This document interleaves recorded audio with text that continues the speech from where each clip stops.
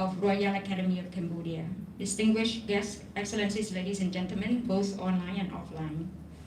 Today, Royal Academy of Cambodia is delighted to have the presence of His Excellency Mr. Will Nekawis, Australian Ambassador to ASEAN, for a lecture on ASEAN and Australia Comprehensive Strategic Partners. This event happens under the joint organization of International Relations Institute of Cambodia, IRIC, and Australian Embassy in Phnom Penh. On this occasion, please kindly allow me to introduce the agenda of this morning's event. We are going to start with the welcoming and introductory remarks by His Excellency Dr. King Pierre, Director General of International Relations Institute of Cambodia, and be followed by the distinguished lecture on ASEAN and Australia Comprehensive Strategic Partners by His Excellency Mr. Will Nekawis, Australian Ambassador to ASEAN, following by question and answer, and coming up with concluding remarks by His Excellency Dr. Yong Po, Secretary General of Royal Academy of Cambodia. After that, we're going to have the handing over souvenir to our distinguished speaker and photo session to end the program. So, Excellencies, ladies and gentlemen, to begin the program, I would like to invite His Excellency Dr. King Pierre, Director General of IRIC, to deliver welcoming and introductory remarks. So, Your Excellencies, the floor is yours.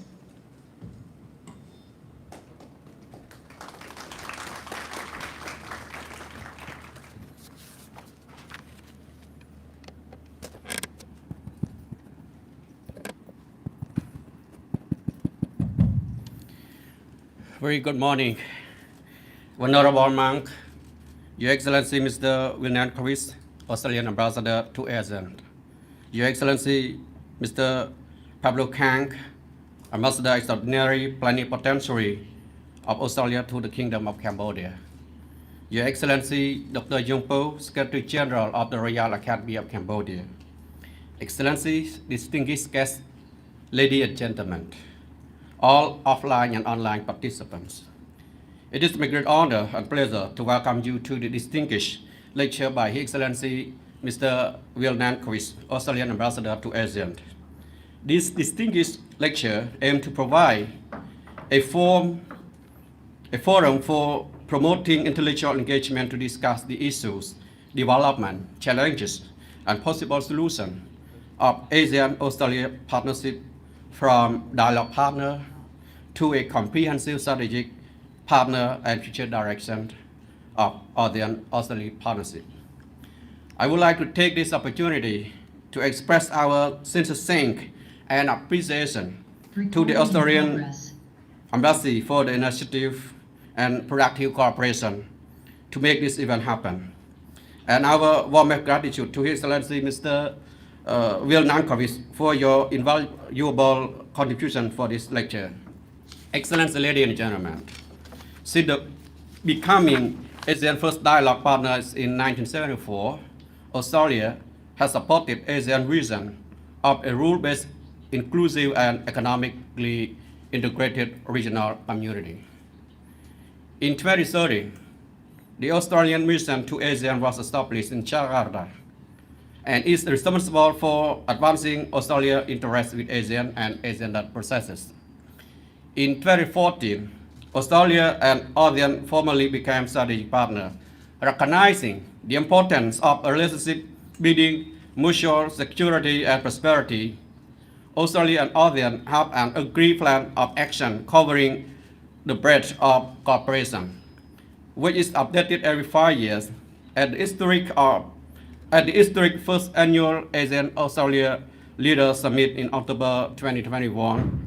ASEAN leaders agreed to establish a comprehensive strategic partnership between ASEAN and Australia. ASEAN is Australia's second largest trading partner as a bloc and is essential to Australia's economic recovery from the COVID-19 pandemic. In 2019 and 2020, Australia's trade with ASEAN countries was $113.7 billion, which is greater than its two-way trade with Japan and the United States.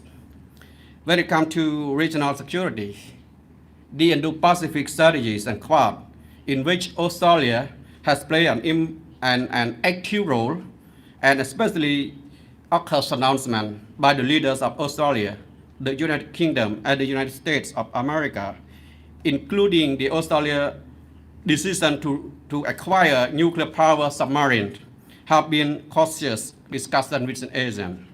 However, ASEAN welcome Australia's continued support and reaffirmation for ASEAN centrality and commitment to promote regional peace, stability, and security in accordance with the Treaty of Amity and Cooperation, as well as steadfast commitment to meet all its obligations as a nation, as a non-nuclear weapon state under the Nuclear Non-Proliferation Treaty.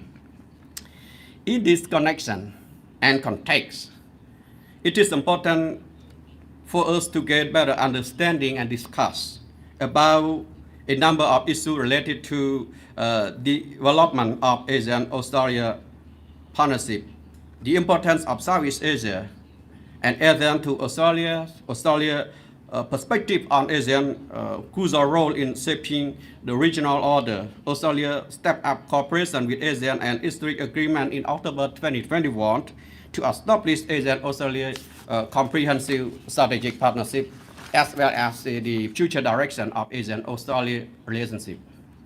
So, the topic of our distinguished lecture this morning on ASEAN-Australia comprehensive strategic partner is timely for us to deliberate and reflect on retrospects and prospects of ASEAN-Australia relationship which respond to the above mentioned issues. We are indeed honored today to have Ambassador Bill Nancarvis as our most distinguished guest speakers. Ambassador Nancarvis is ambassador of Australian mission to ASEAN in Jakarta. Previously, he was an Assistant Secretary of the Indo-Pacific Strategy Regional Maritime Branch in the Department of Foreign Affairs and Trade DFAT, where his responsibility included implementation of Australia Indo-Pacific Strategy as well as regional maritime security issues. Ambassador Nancarvis was a member of the task force that developed Australia 2017 foreign policy white paper. Prior to that, he headed the DFAT, Iraq, and Syria task force. He was a political counselor in Australia permanent mission to the United Nations in New York during Australia's term on the UN Security Council 2013 and 2014. A career DFAT officer, Ambassador Nancarvis has also undertaken postings and short-term missions in Sri Lanka and Solomon Islands. As organizers of this lecture, we strongly hope that all participants will gain better understanding of the overall aspect of ASEAN-Australia relationship, especially in-depth insight into possible implications of the new ASEAN-Australia comprehensive strategic partnership within ASEAN region and beyond. Excellency, ladies and gentlemen, please join me in welcoming Excellency Ambassador Nancarvis to deliver his lectures. Your Excellency, Ambassador, the floor is yours. Thank you very much.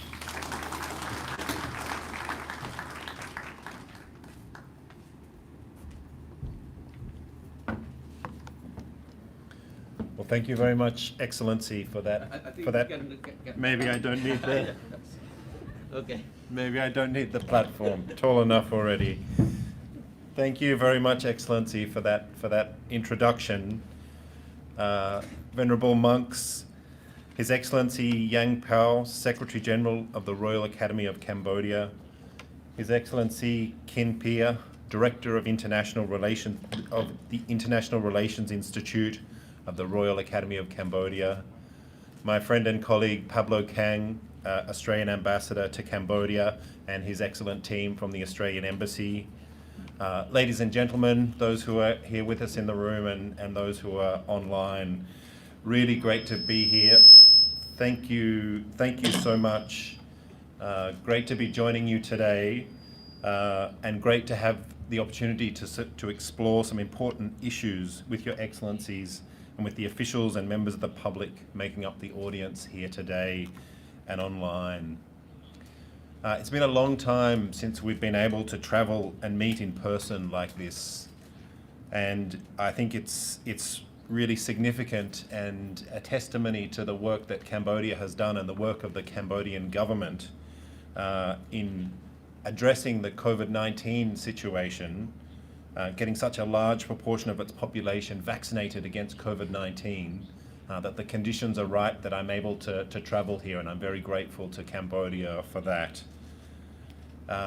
This is I've been Australian ambassador to ASEAN for one and a half years, but because of the pandemic, I haven't been able to travel in the region. So this is my first visit to the region outside of Jakarta as Australia's ambassador to ASEAN, and I'm so delighted that it has been to Cambodia, a beautiful country and an amazing city, and I have had really excellent discussions here, and it's perfect timing just as Cambodia adopts the role of chair, the very important role of chair of ASEAN.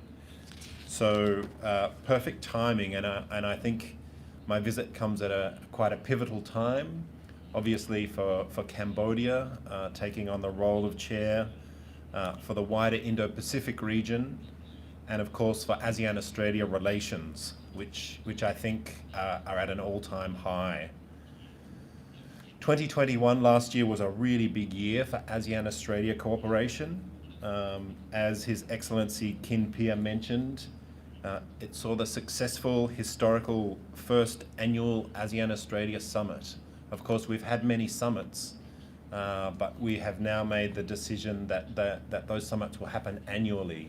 So the Australian Prime Minister will meet with his ASEAN counterparts every year, and we had the first of those regular annual meetings last year.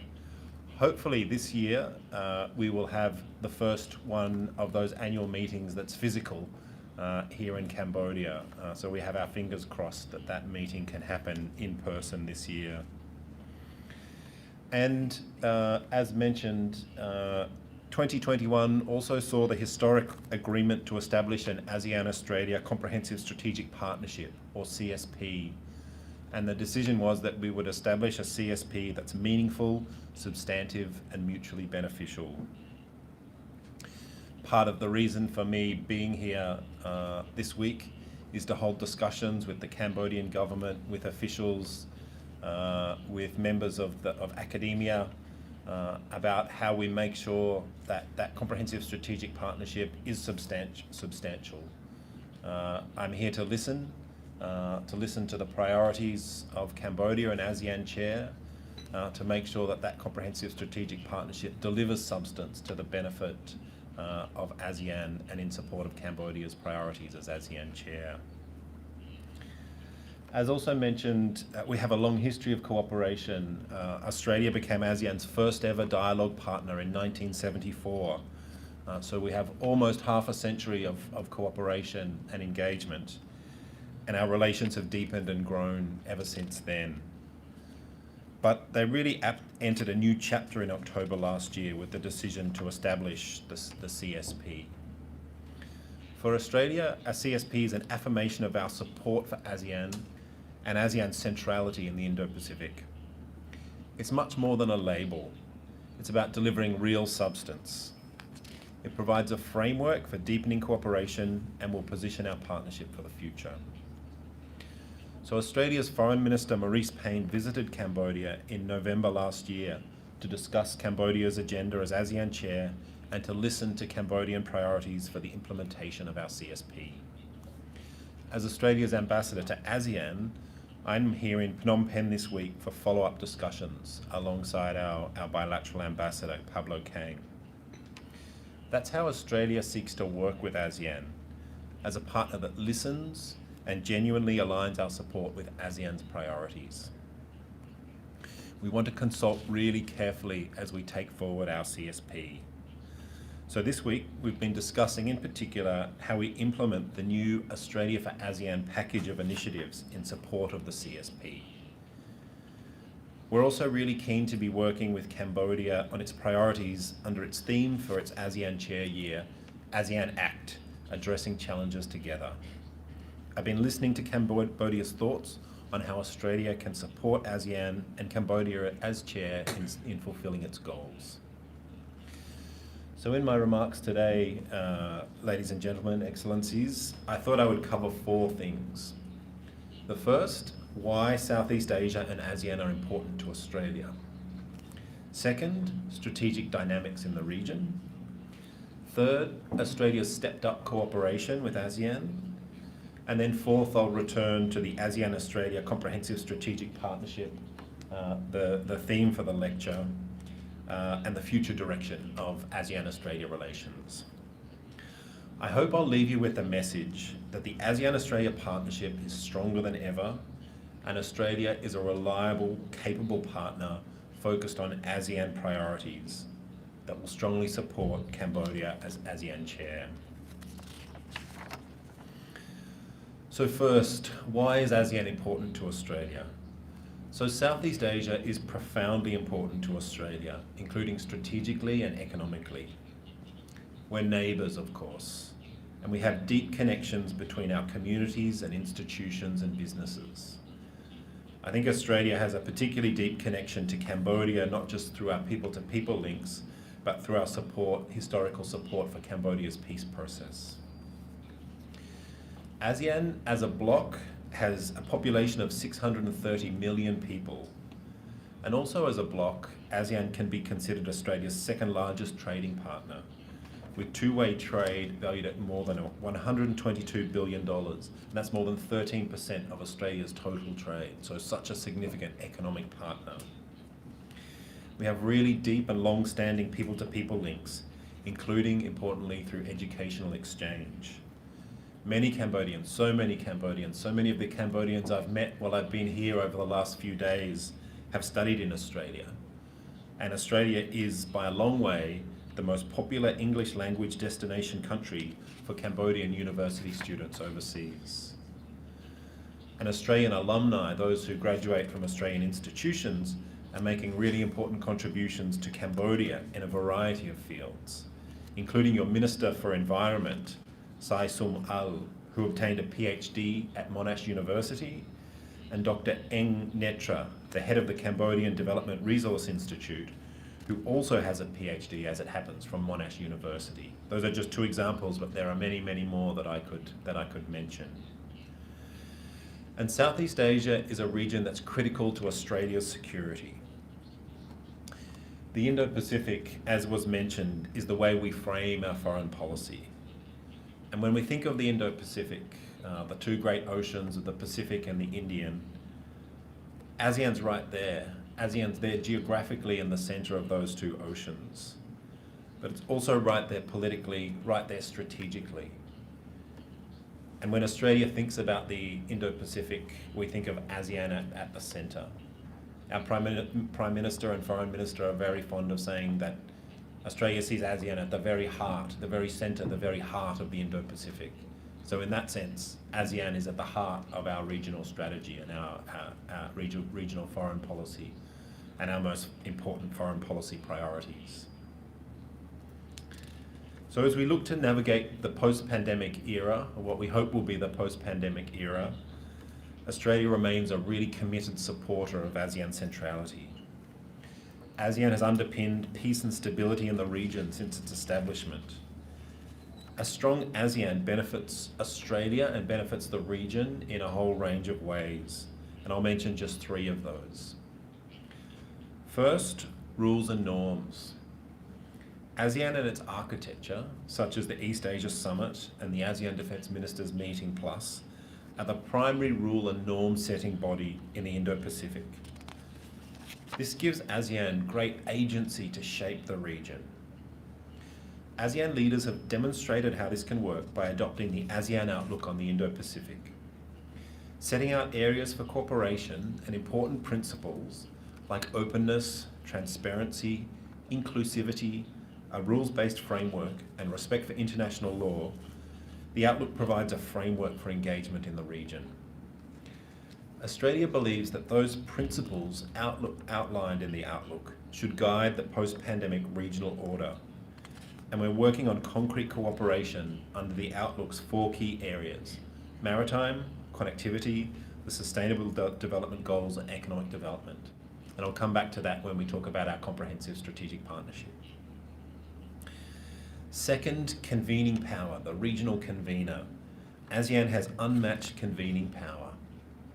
The ASEAN Chair convenes the preeminent regional forum for leader-led discussion of strategic topics, the East Asia Summit, or EAS. So later this year, at the end of the year, in around November, the Prime Minister of Cambodia will be convening the EAS. We'll see, we hope, the President of the United States, leaders from China, Japan, Australia, New Zealand, Korea, all converge here for discussion of strategic issues, and that's such an important strategic discussion that happens every year. And ASEAN's the convener of that discussion. ASEAN chairs that discussion, and it's ASEAN that brings those leaders together for the discussion in that preeminent forum of the really big issues that are facing the region. So despite the virtual setting of the last 2 East Asia summits, the EAS provided the opportunity to discuss the region's big topics: COVID-19, the crisis in Myanmar, vaccine access, the South China Sea, and the Korean Peninsula, to name just a few. Participants don't always agree on all points, but the EAS is a forum for ideas to be canvassed and perspectives heard. And ASEAN leads that forum and chairs that forum, and Cambodia will chair that forum this year. And third, ASEAN has cemented itself at the centre of the regional economic order through the Regional Comprehensive Economic Partnership, or RCEP. I've just come from discussions at your Ministry of Commerce this morning in which we talked about implementation of RCEP. But I really congratulate ASEAN on the entry into force of RCEP for the first group of signatories on the 1st of January, which I'm really pleased to say includes both Cambodia and Australia. This will be the biggest regional trade deal ever signed, creating a single cohesive set of trade rules. At a time of rising barriers in other parts of the world, this sends a strong message that the Indo-Pacific is open for business. It will spur economic recovery in the wake of the pandemic. And importantly, it reinforces ASEAN's position at the heart of regional economic institutions and the regional economic architecture. ASEAN is really at the centre of this important initiative. The second topic I wanted to discuss was strategic dynamics in the region, including the implications of COVID-19. So Southeast Asia is at the centre of the big strategic shifts underway in the Indo-Pacific. It's a nexus of the strategic competition, and it will be central to the shape of the regional order. As was mentioned, I worked on Australia's 2017 Foreign Policy White Paper, and it outlined some of those shifts and challenges. More acute pressure on rules and norms, intensifying strategic competition, maritime disputes, freedom of navigation under challenge, cyber attacks growing in frequency and sophistication, and of course the impact of COVID-19 on economies, societies and governments has been profound. 2020 and 2021 taught us that we need to expect the unexpected. And of course, I can't speak about strategic dynamics in the region without mentioning the coup in Myanmar, with its significant implications for the people of Myanmar and for peace and stability in the region. Australia is really deeply concerned about the deteriorating situation in Myanmar and its implications for our region. We've consistently called on the Myanmar military to exercise restraint, engage in dialogue, release all those arbitrarily detained, including Australian Professor Sean Turnell, and facilitate immediate and unimpeded access for humanitarian assistance. Australia has announced a range of assistance for Myanmar in response to COVID-19 and the ongoing humanitarian situation. This includes technical assistance and $5 million to the ASEAN Centre for Humanitarian Assistance on Disaster Management, or AHA Centre. We're working closely with the AHA Centre, and this is a very big part of my job at the moment, to identify how we can together provide life-saving assistance to people in need across Myanmar. Australia strongly supports ASEAN's leadership and leading role in responding to the crisis. And we continue to call on the Myanmar regime to implement ASEAN's 5-point consensus swiftly and completely. We're very concerned about the lack of progress in implementing the 5-point consensus and think it's incumbent on the regime to allow full and timely implementation. The situation in Myanmar is extraordinarily challenging, but Australia is committed to working closely with Cambodia as the 2022 ASEAN chair, along with our other ASEAN partners, to de-escalate the crisis. And addressing the challenges in Myanmar has been one of the key themes of my discussions over the last few days here in Phnom Penh. The third topic that I mentioned that I would touch on is Australia's increased cooperation with ASEAN. Of course, we're ASEAN's first dialogue partner and our cooperation is broad and deep. But since the outset of the pandemic, Australia has really expanded its engagement with Southeast Asia and with ASEAN. As I mentioned before, with our first annual ASEAN-Australia Summit, an agreement to establish a comprehensive strategic partnership, we had a really big moment for ASEAN-Australia relations, and I think our relationship's stronger than ever. Our cooperation spans ASEAN's 3 pillars, and I'll just give a few examples. On the first pillar, the economic pillar, we've supported the development of some of ASEAN's most significant policies and strategies, including the Master Plan on ASEAN Connectivity 2025, the Strategy for the Fourth Industrial Revolution, which was adopted by leaders last year, and the Initiative for ASEAN Integration, Work Plans 3 and 4, which has a particular focus on Cambodia, Laos, Myanmar and Vietnam, narrowing the development gap in ASEAN. We've supported the development of those work plans and various projects under them, particularly in agriculture, where Australia draws on strong levels of expertise, and also development of micro, small and medium-sized enterprises, which are so important for driving development. We also support the capacity building and outreach functions of the Economic Research Institute for ASEAN and East Asia area, which I know is doing valuable work here in Cambodia, and I just discussed this with colleagues at the Ministry of Commerce, to support Cambodia as you gear up for RCEP entry into force and for your ASEAN Chair Year economic priorities. On ASEAN's second pillar, socio-cultural, we've really ramped up cooperation on health issues in response to the pandemic. We've funded the ASEAN Centre for Public Health Emergencies and Emerging Diseases. We've established the ASEAN Australia Health Security Initiative, including 41 health fellowships to increase technical capacity and coordination, with an emphasis on supporting ASEAN's regional public health and health security agenda. We're also promoting safe and fair migration in ASEAN through the Triangle in ASEAN program.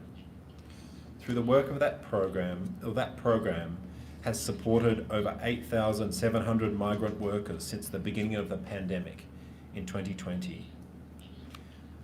Also, more than 7,500 migrant workers were reached through Migrant Resource Centre outreach activities and radio broadcasts, and some 6,500 returned migrant workers were supported at quarantine facilities since the beginning of the pandemic with food, personal protective equipment, sanitising materials and information.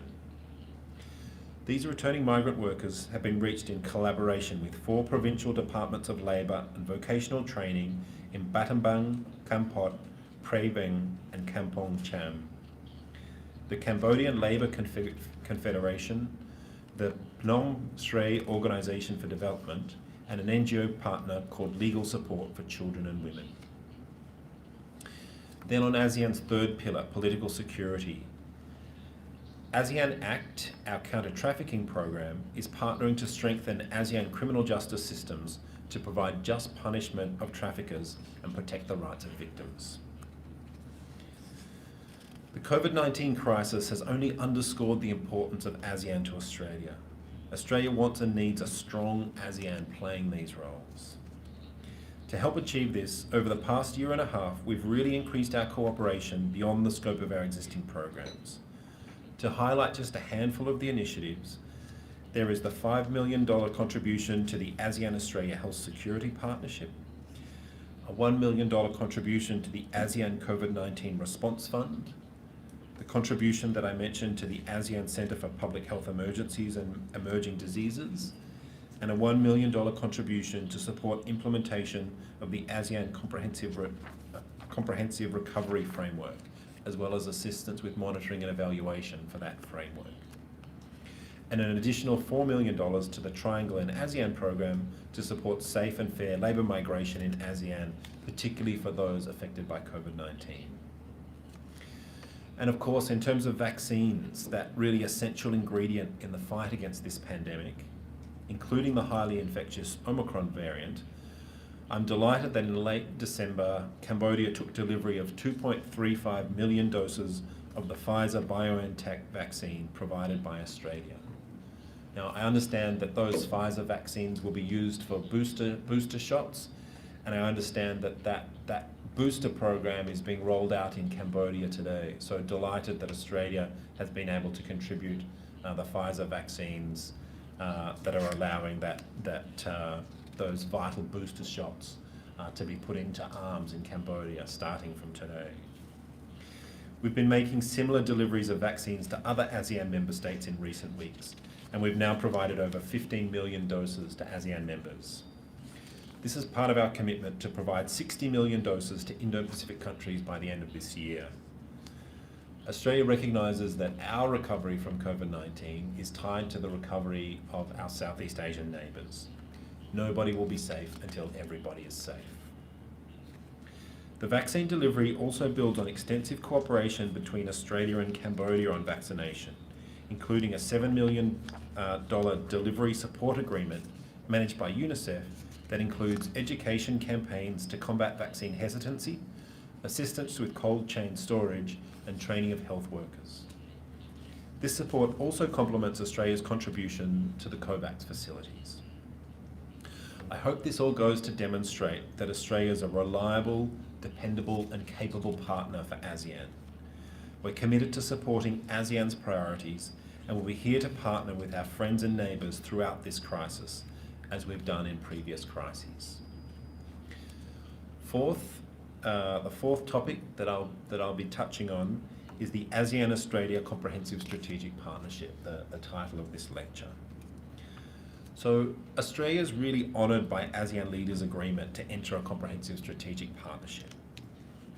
For us, the CSP underscores Australia's commitment to ASEAN's central role in the Indo-Pacific.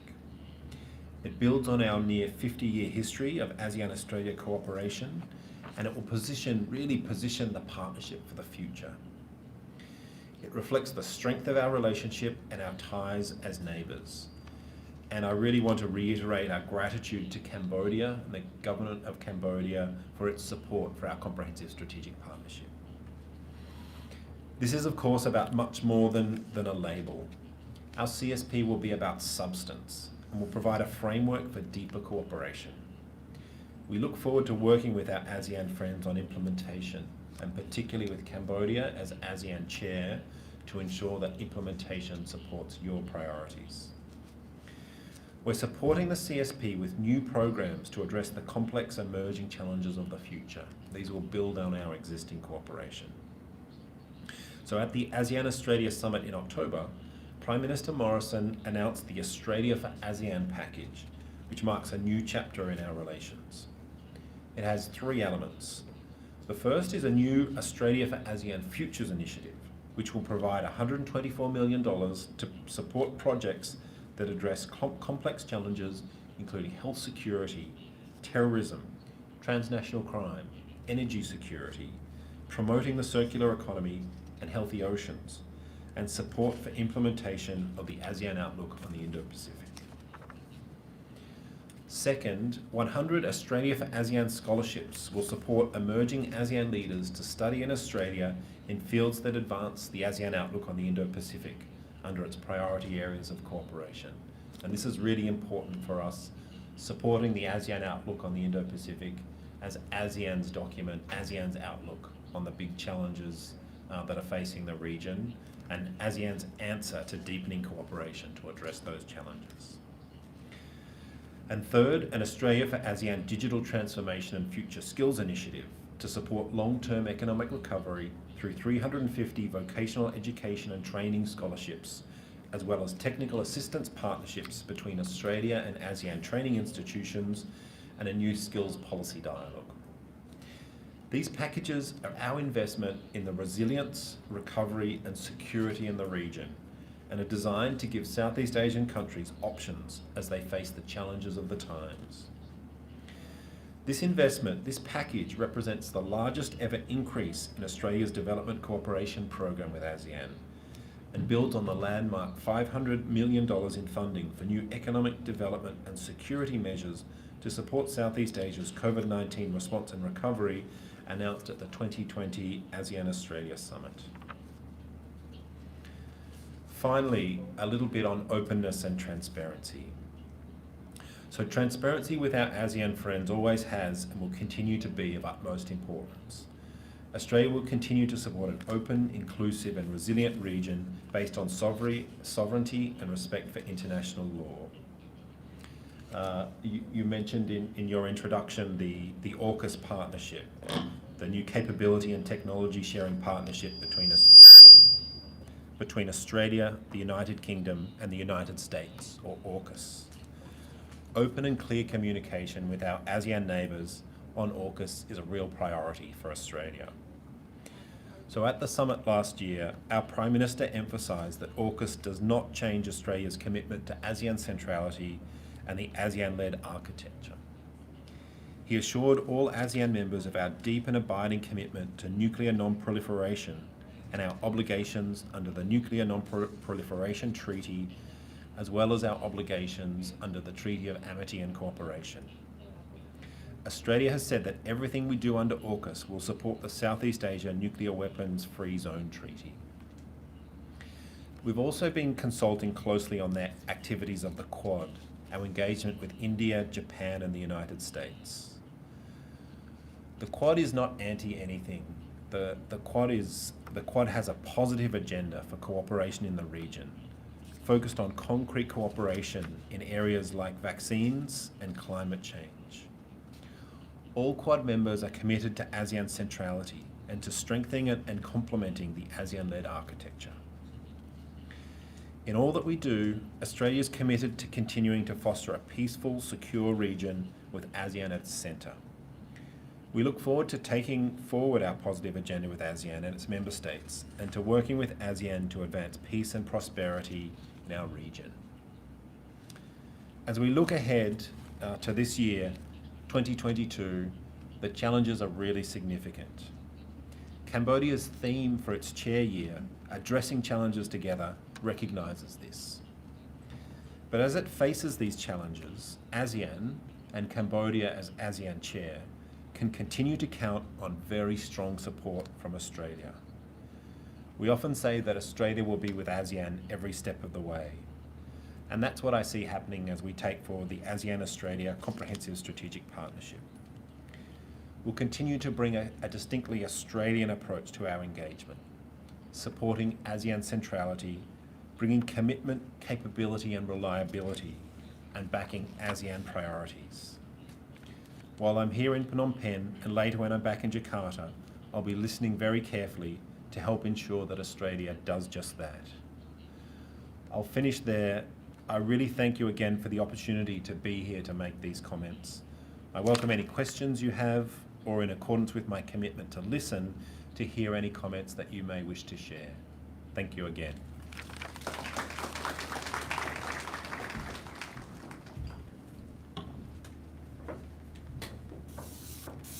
Okay, thank you very much, Your Excellency Ambassador, for your very insightful and thought-provoking lecture. We learned a lot about overall aspect of Australia-ASEAN partnership, especially why ASEAN became very important to to Australia. You mentioned a lot, and I would not wrap up what Ambassador have mentioned in his distinguished lectures. I would like to give the floor to our audience. But before we coming to the Q&A session, I have a few rules for our participants for comments or questions. First, you have to introduce yourself, your name, your position, where you are from, and you need to ask a specific question. Avoid long comment and make it short and precise. So you have around 1 or 2 minutes for your comment and question. So the floor is all for all participants here. Please.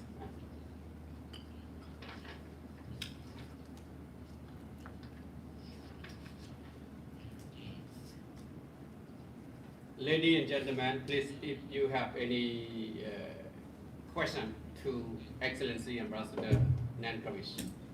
It is a very good opportunity for us to discuss, to elaborate on Australian role within ASEAN and beyond.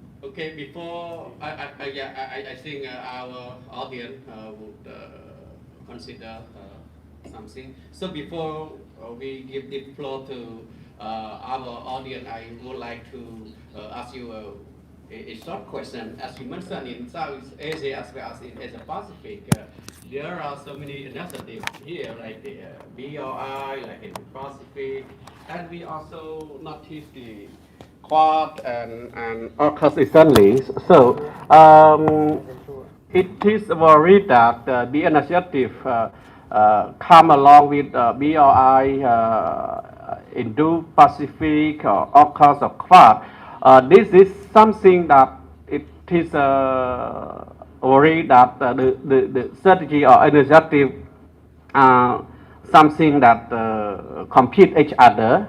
And in Southeast Asia, especially for the small nation like Cambodia, we are aspire to see that all initiative or strategy within our region are playing the complementary role. But in this case, some people think that the Indo-Pacific and Quad as well as recent AUKUS something that is a strategy to intended to contain or encircle China. So how do you feedback on this issue? Well, thank you very much for that question. It's a very important question, and I'm glad you asked it. Thank you. Firstly, I would just emphasize Australia's commitment to ASEAN centrality and the central role of ASEAN in addressing the challenges that the region is facing. You're right, we are seeing strategic competition. That's a reality that all countries have to deal with, including Australia, including Cambodia. We're also seeing other big pressures, so pressures on rules and norms, pressures on international law, assertiveness, pressure on freedom of navigation and oversight, increasing cyber attacks. So it's an increasingly contested region, and Australia really sees ASEAN as playing a central role in addressing those dynamics, and that's why, in lots of ways, we see the ASEAN outlook on the Indo-Pacific as so important, because the ASEAN outlook on the Indo-Pacific is ASEAN's agenda for the region. It lays out really important principles that should guide the way that countries in the region operate. Principles like inclusiveness, and that's a really important one, ASEAN centrality, rules-based framework, commitment to international law. Now, we're often asked and very keen to talk about the Quad and AUKUS and explain, because I think it's really important to explain what the Quad and AUKUS, they're two very different things, but to explain what they are and, importantly, what they're not. because there are often misperceptions about what they are and what they're not. So the Quad is not a security organisation. The Quad is a dialogue, a diplomatic dialogue. It's driven by foreign ministers, and of course there have been 2 leaders summits now. But the Quad has a positive agenda for the region. The Quad isn't anti anything. It's not against anything. The Quad is for the region, and it has a really positive agenda for cooperation for the benefit of the region. And I think it's important to look not at some of the things that are said about the Quad, but about what the Quad does, what its actions are. So when you look at the Leaders Summit, the recent Leaders Summit, the key topic of discussion was vaccines. So how can the Quad cooperate to grow the pie of vaccines, to make sure more vaccines are available to the region, and to ensure that vaccines are getting to the region? Of course, different Quad members have different comparative advantages. India is a big vaccine manufacturing area. Other Quad members can support India to grow that vaccine manufacturing capability.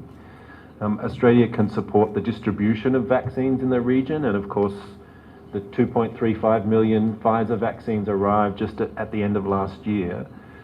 So the Quad has a really positive agenda for providing vaccines to the countries of the region. We've committed to provide over 1 billion vaccines for the region, or over 1 billion vaccines, and we're following through on that commitment. Now, that's not against anything, that's against COVID-19, which is a shared challenge, and we want to cooperate to address COVID-19 because we know that no one's safe until everybody's safe. Likewise, one of the other topics that Quad leaders discussed was climate change. This is an issue that's affecting us all.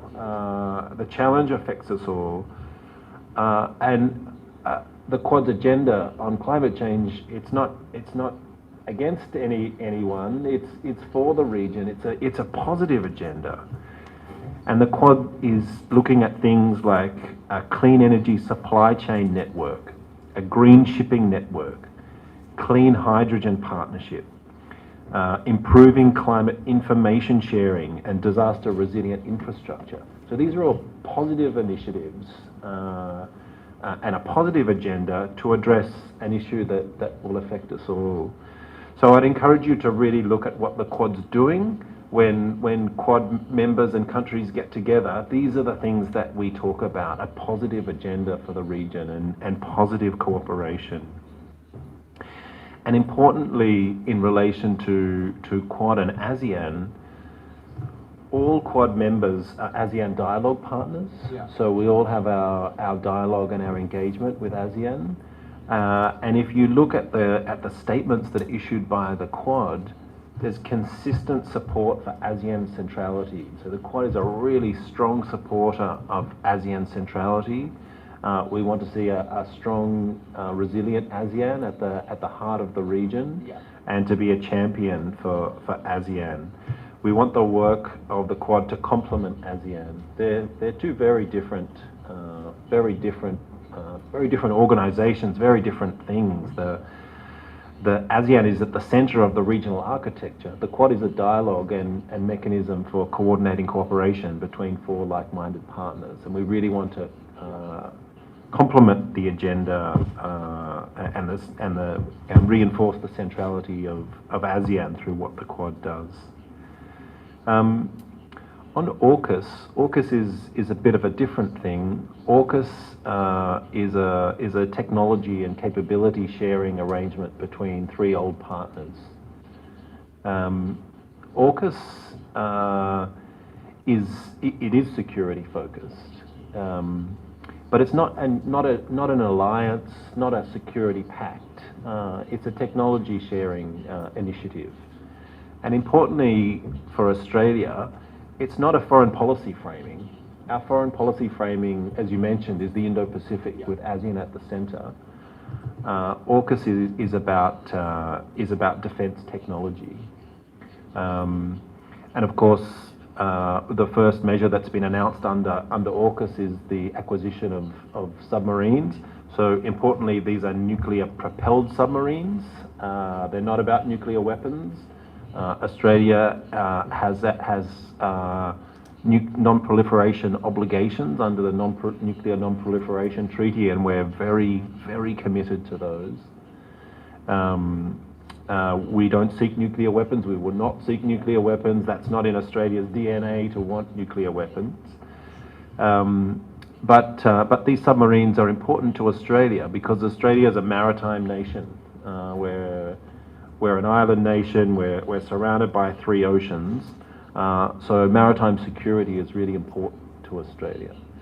But again, importantly, AUKUS is not a foreign policy construct. The Indo-Pacific and our support for ASEAN is our foreign policy guide. And again, we think AUKUS will make us a more capable partner for ASEAN countries. So I hope that that provides you with a bit of a framing that of course Australia is involved in some of these minilateral arrangements, but that doesn't detract from the importance that we accord to ASEAN and our engagement with ASEAN. I think many countries are involved in different minilateral arrangements. When I think of Cambodia, of course, there are many Mekong initiatives, the Mekong River Commission and so on. Within ASEAN, there's the CLMV grouping and the Initiative for ASEAN Integration. So Cambodia is involved in different configurations, but that doesn't detract from your engagement with ASEAN. And I think we see it the same way. We're, of course, involved in the Quad, which has its positive agenda for the region. We have our AUKUS partnership, but that doesn't detract from our commitment to ASEAN and our investment in ASEAN. And I think the Comprehensive Strategic Partnership is symbolic of that. It really shows, I hope, our desire to have a comprehensive strategic partnership, but also the resources that we've put into making sure our comprehensive strategic partnership delivers. We hope that that underscores our commitment to ASEAN and ASEAN centrality, and to just reinforce the important role that we see for ASEAN, and particularly through the ASEAN outlook on the Indo-Pacific in addressing those big strategic challenges that you mentioned. Thank you very much, Your Excellency Ambassador. Indeed, I'm so pleased to hear that the Quad, as well as AUKUS or any other initiative that is not against anyone. And I'm so pleased to hear that the Quad is against COVID-19, against climate change. That's good. As a small nations in the regions, as well as the region as a whole, ASEAN as a whole. As I mentioned earlier, we are aspire to see all initiatives play complementary role in our regions, and we also looking forward to the achievement that made by the Comprehensive Strategic Partnership between Australia and ASEAN. As you know that when it is worried that when elephant flies, it's the grass suffers. So this worry, this concern come from almost all small nations in the region, while the major powers in the region as well as global power are competing for their, how to say, we won't say it is a cover, but at this moment we are so scared with the power rivalry and geopolitical competitions. So it is clear that you have mentioned that Quad is not against anyone, it's not against any country, it's against COVID-19. That's good. We can see that vaccine have been given to our countries as well. This is some part of the Quad agenda, right? Okay, thank you very much. I would like to give the floor to our audience. Yes. សម្បត្តិឆោតបន្ថងពីវិទ្យាស្ថានទំនាក់ទំនងអន្តរជាតិនៃកម្ពុជា ខ្ញុំមានសំណួរមួយហើយបងអូនអ្នកចូលរួមគាត់មានសំណួរមួយទៀតឥឡូវនេះផ្ដើមដោយសំណួររបស់ខ្ញុំក្រោយពីបានស្ដាប់បទបង្ហាញរបស់អាដាមអគ្គរដ្ឋទូតអូស្ត្រាលីប្រចាំអាស៊ានគឺបានឃើញថាអូស្ត្រាលីបានធ្វើការជ្រាលជ្រៅជាមួយអាស៊ានយល់ពីអាស៊ានច្បាស់ហើយសំណួររបស់ខ្ញុំលើកឡើងថាកន្លងមកយើងបានសង្កេតឃើញអាស៊ានហាក់ដូចជាដោះស្រាយបញ្ហារបស់ប្រទេសអាស៊ានហ្នឹងមិនសូវមានប្រសិទ្ធភាពទេសំណួរសួរថាតើមកពីគោលការណ៍ពីធម្មនុញ្ញអាស៊ានច្បាប់របស់អាស៊ានឬក៏មកពីសមត្ថភាពរបស់អ្នកដឹកនាំអាស៊ានឬក៏មកពីភាពស្មុគស្មាញនៃបញ្ហាដែលកើតឡើងឧទាហរណ៍កន្លងមកកម្ពុជាក៏ធ្លាប់មានបញ្ហាហើយអាស៊ានក៏ដើរតួនាទីមិនសំខាន់មិនសូវបានសំខាន់ដែរបន្តមកទៀតមានប្រទេសថៃអីដែលមានរដ្ឋប្រហារអីក៏អាស៊ានហាក់ដូចជាមិនចូលរួមឲ្យបានច្រើនដែរហើយថ្មីនេះបំផុតដែលកំពុងតែកើតឡើងគឺនៅប្រទេសមីយ៉ាន់ម៉ាបាទអាស៊ានចេញគោលការណ៍បន្តឥឡូវនេះដល់វេនកម្ពុជាធ្វើជាប្រធានបដូវវេនរបស់អាស៊ានសួរថាតើកម្ពុជាអាចដោះបានទេបើដោះមិនបានមកពីចំណុចដែលខ្ញុំបានលើកមកពីគោលការណ៍មកពីអ្នកដឹកនាំអាស៊ានឬក៏មកពីបញ្ហាស្មុគស្មាញរបស់មីយ៉ាន់ម៉ាឬក៏មកពីមហាអំណាចអីផ្សេងទៀតតើក្នុងនាមឯកឧត្តមជាវាគ្មិនដ៏សំខាន់នៅថ្ងៃនេះតើមានទស្សនៈម៉េចអំពីបញ្ហានេះយល់ឃើញយ៉ាងណាដែរបាទសូមអរគុណហើយសូមបងអូនមានសំណួរមួយទៀត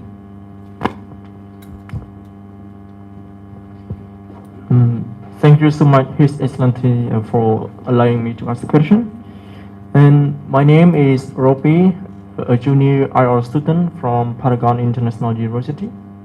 And I have two questions to His Excellency. As we know that on 27 October 2021, there was a first meeting between ASEAN and Australia, and we agreed to establish our comprehensive strategic partnerships. And in that chairman's statement, there is one state that agree to establish a comprehensive strategic partnership between ASEAN and Australia that is meaningful, substantive, and mutually beneficial. And so what does it mean by those three keywords? And my second question is that what is Australia's commitment toward ASEAN outlook on the Asia Pacific? And as you mentioned a lot about the ASEAN centrality and ASEAN lead in the region, I just want you to elaborate more about Australia's commitment toward our ASEAN OIP. Thank you.